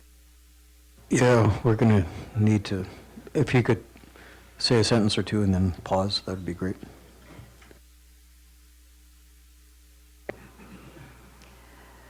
The literature review was based on material post-2010. Sections of that literature review is currently being reviewed and edited and will be made publicly available once complete. The NWMB also provided funding to the Baker Lake Hunters and Trappers organization to conduct an IQ literature review and workshop in their community. Presentations on the initial findings of the legal review, literature review, and Baker Lake IQ workshop were presented at the NWMB's Caribou workshop in November. A report on the NWMB's workshop is still under development. We hope to have it complete before this technical meeting, but unfortunately we're not able to do so. However, that report should soon be circulated to workshop participants for feedback and will be submitted to the Planning Commission, along with the literature review for their June hearing submission deadline. Today, I can present the 11 points of agreement that were drafted by our NWMB legal counsel at the conclusion of the workshop. These points of agreement have been circulated to participants and are available on our workshop, on our website. I've also got some handouts here that I will send around.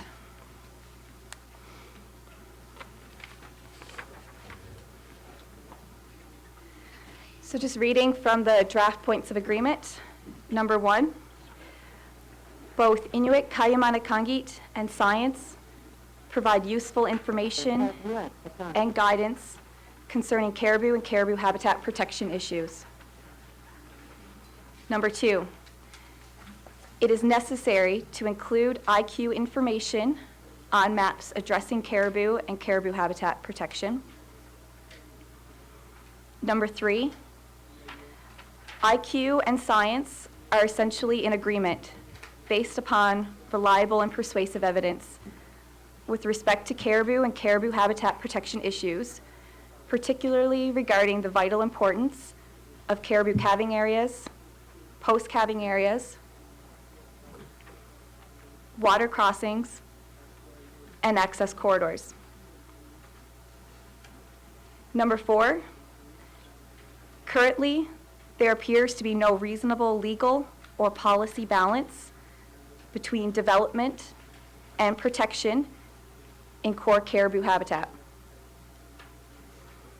Number 5, establishing protected areas is generally a more effective conservation action for the protection of core caribou habitat and vulnerable caribou populations than simply establishing protection measures.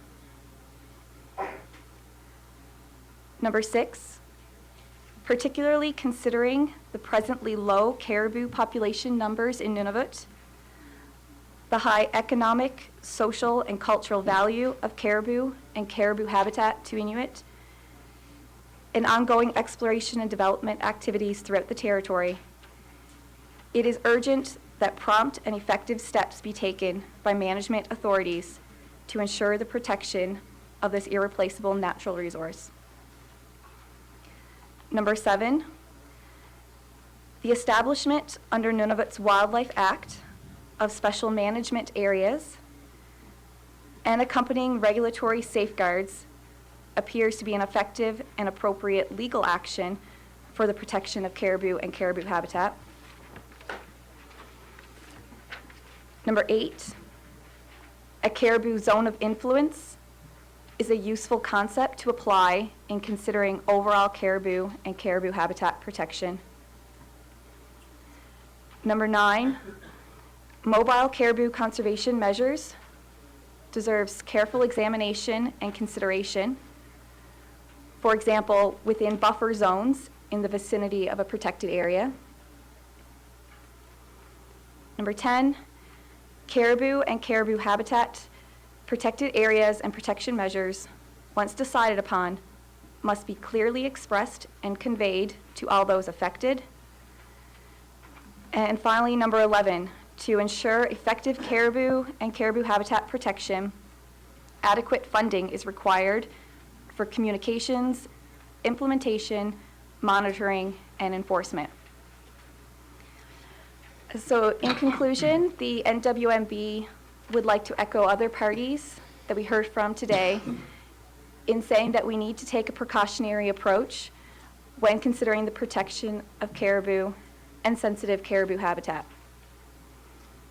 To quote the federal judge that ruled in the 1978 case between the federal government and the community of Baker Lake regarding mineral exploration and development in the region at that time, the minerals, if there, will remain.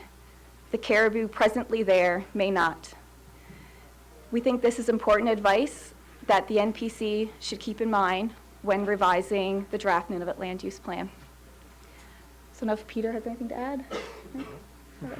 Well, thank you. Thank you. Any questions of the Wildlife Management Board? Seems pretty clear. Yeah, Spencer.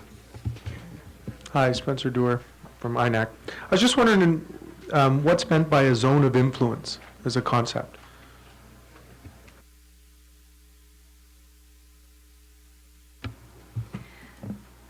So the zone of influence was a presentation that was delivered at the workshop by Kim Poole. It's based on a paper that he was a co-author with Jean Boulanger. It Mitch might want to chime in there as well, he might know more about it, but it's basically looking at how far outside you can see from where an activity is taking place, of where you can still see the impacts of that activity. And looking at a case for the Bathurst caribou, it measured a certain distance out where the effects of disturbance could be measured. And it was linked as well with dust accumulation on lichen. So there's a possibility that the dust created from roads is going out so far that it could be affecting the vegetation and forage for caribou, and thus affecting how far they come to the disturbance.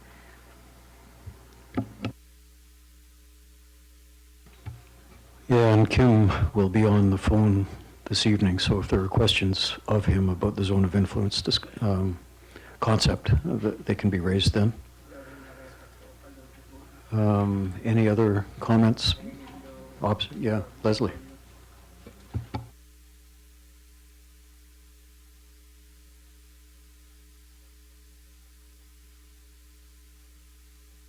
Hi, Leslie Wakeland, BQCMB. I just had a quick question on one of them, and I didn't get the handout, so I'm not sure which number it is.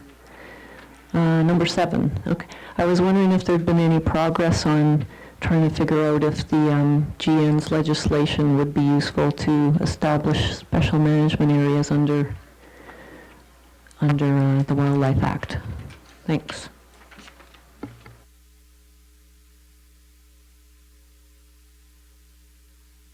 GN? Drickus Kissing, Government of Nunavut. They're already under our Wildlife Act, but we do not have regulations in place yet, and that's something we are considering. Yes. I'm just going to add to Drix's comment there. The NWMB is still interested in pursuing that option and has sent out a letter to co-management partners requesting a meeting to look at that, looking at the wildlife regs in particular as an option forward. Thank you. And I would guess that will be influenced by the GN's recent policy decision about protection of caribou habitat. Any other comments, questions? All right, let's move on then to the Kivalliq Wildlife Board in a presentation regarding freshwater crossings. We touched on that earlier today, but Warren, are you the lead? Okay. Thank you very much, David. This is Warren for the Kivalliq Wildlife Board. Leah Mukpa, our regional coordinator, was going to co-present with me. She's not available today, so I'll do my best. And I'm going to talk a bit, not just about the importance of water crossings, but just kind of the approach that KWB has taken to IQ. Thanks. And when Leah gets here, she'll talk a bit more about the engagement that we went through with elders, with the public, and with the HTO boards to arrive at these conclusions.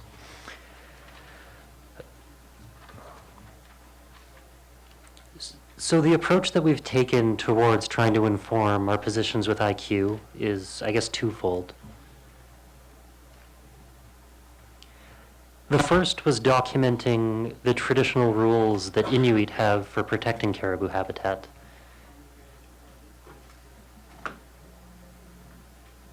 Because there's quite extensive rules around how hunters should treat different habitat areas. So extensive that I would say that Inuit had their own traditional land use plans well before the Canadian government and scientists and policymakers ever arrived.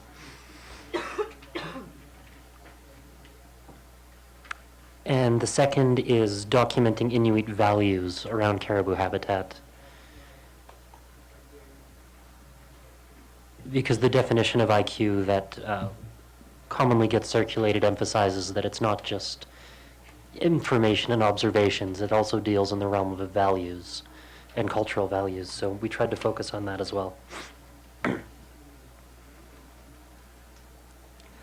So in terms of the traditional rules, as Carla mentioned, the NWMB funded some research for us.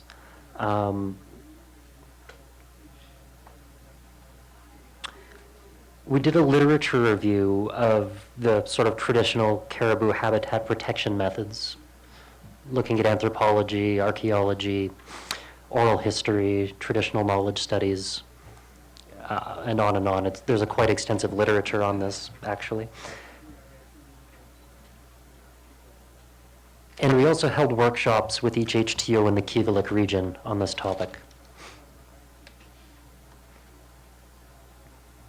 The reports on this work are included in all of the HTO submissions to the Planning Commission,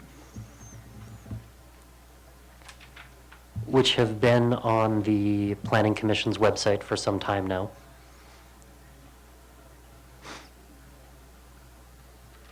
I would especially recommend the reports that were appended to the Baker Lake HTO's submission.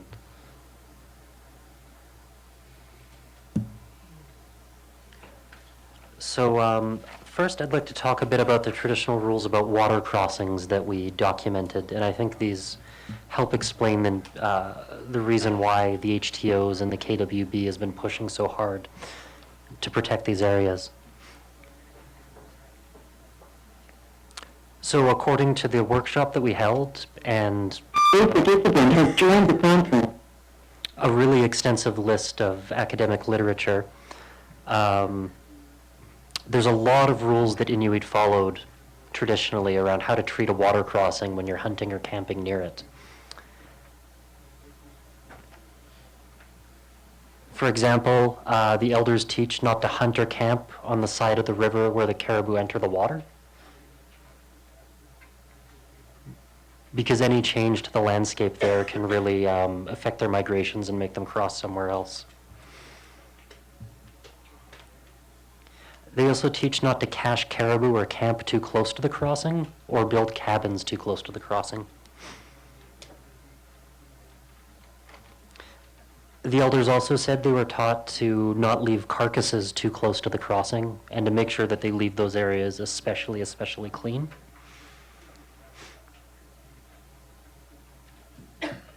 They also said they were taught to be extremely quiet, especially close to a crossing,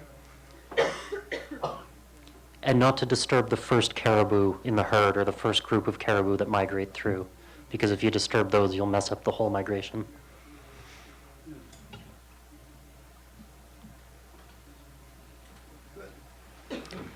Now, I should say that historically, for inland Inuit, the water crossings were one of the most important hunting sites. The fall caribou hunt at the water crossings is where most of the inland groups that live in Baker Lake and Arviat today got almost all of their food and clothing for the winter. And as a result, there's a lot of archaeological resources around these areas. And a lot of elders have emphasized to us during these workshops that they don't want these artifacts removed or moved around.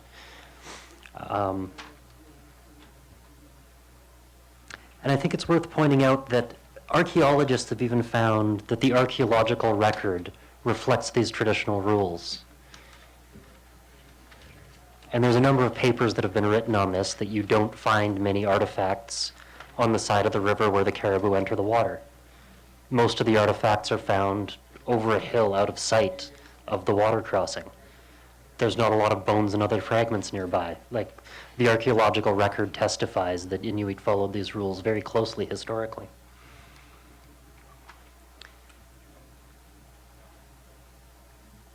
And water crossings, especially to Baker Lake and Arviat, remain extremely important to hunting today, especially along the Magoose River for Arviat, the Thelon and Kazan rivers for Baker Lake, and the east end of Baker Lake and the north and south channels into Chesterfield Inlet for Baker Lake and Chester. They're still very heavily used.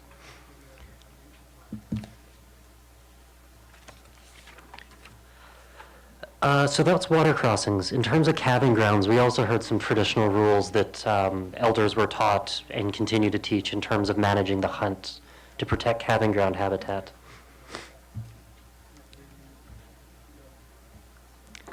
First of all is the traditional hunting seasons.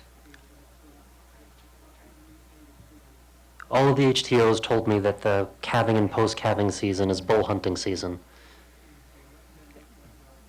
and that they were told to leave calves and cows alone during the calving and post-calving season.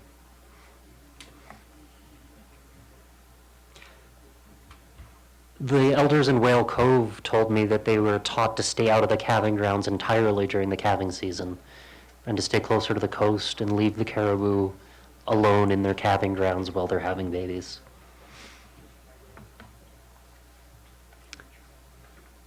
The elders in Arviat told me that they emphasized to younger hunters that they shouldn't be building cabins in the calving grounds because these permanent structures will disturb them.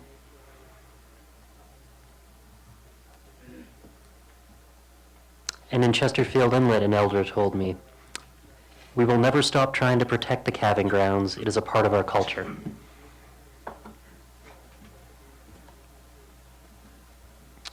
So with regards to both calving grounds and water crossings, the elders said that their traditional rules are inconsistent with mining. Like, how can you have an open pit right next to a water crossing if you can't even leave like a caribou bone lying around?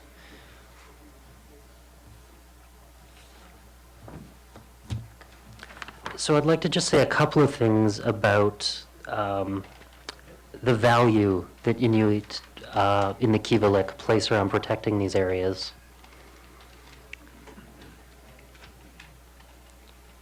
And I think this is reflected in the long history of trying to protect these areas, which Basil touched on a bit this morning when he gave her opening remarks. And a lot of this activity was focused on Baker Lake. The community made numerous land freeze proposals during the 1970s, asking the federal government to stop issuing permits for exploration until a land claim is settled.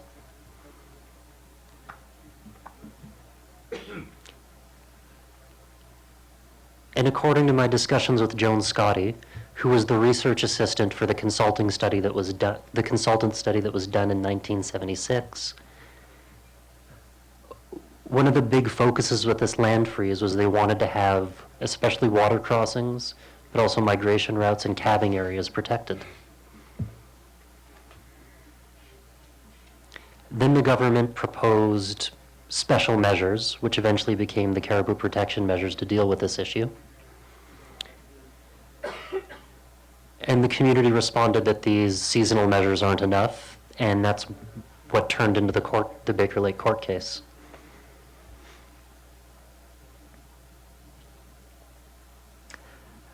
And in Baker Lake, the Kigavik mine has been proposed twice now, once in the late 1980s, once just recently. And in both situations, a major concern that the community had was that Kigavik would induce further development, that once you build the road and the mill out to Kigavik, it's a uranium-rich area, so you're going to start seeing more roads, more mines, more open pits. And both times there was a concern that this development could spill over into calving grounds. The first time around, it was because UG, the company at the time, was actively exploring in the Beverly calving grounds. And that was, according to some people that I've talked to, including Joan, who was very active in this, that was detrimental to their relationship with the community.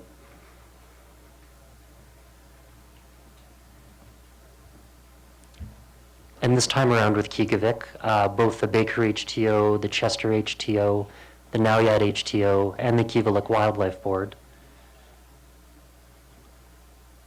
all said that they wouldn't support Kigavik until there was a proper land use plan in place with firm protection for critical caribou habitat, so that this induced development wouldn't spill out into the calving grounds. And the KWB passed a resolution to this end, which I'll hand out after I'm done talking to maybe provide a bit more background and context. And then since then, there's been the struggles over Uravan wanting to drill in the Beverly calving grounds, and Konya trying to get into the Kaminariuat calving grounds, and they are in there.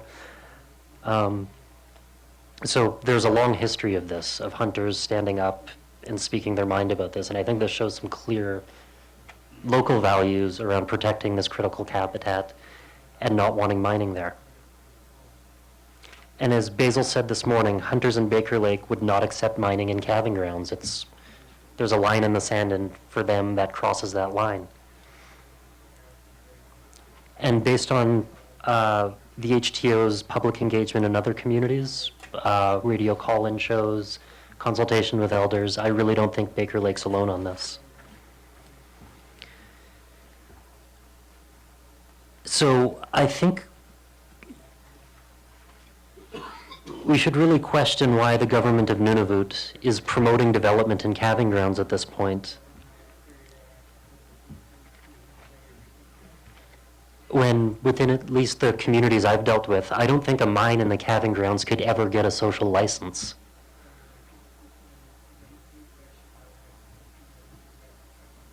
I don't know, I can't imagine there could be any mitigation measures that would truly make hunters comfortable with a mine right in the middle of the calving grounds. And I've heard the same comments from HTO chairs from numerous communities in the Kivalliq. And I think I'll just leave it at that for now. Thank you. Thank you, Warren. Any comments? Questions? A strong presentation. Jackie, do you want to update us on the next item here? Thank you, Jackie Price, Kikatalik Wildlife Board. If you look at your agenda, you'll see there are 2 times QWB was allocated a space to discuss some of the IQ they have collected. QWB did have a proposal to hold a workshop prior to this meeting, but due to a variety of external factors, including accommodation, QWB made the decision to postpone that workshop. This was not an easy decision, but one that we just had to make. So officially, QWB doesn't have anything to add to under the seasonal range or the planning tools. But again, I do want to reiterate that QWB is planning to still hold a workshop. And this workshop will be held in preparation to meet NPC's June deadline for submissions for the public hearing. So please stay tuned. Thank you. Thanks, Jackie. Any comments, observations? All right. I think I'm going to call it for the afternoon.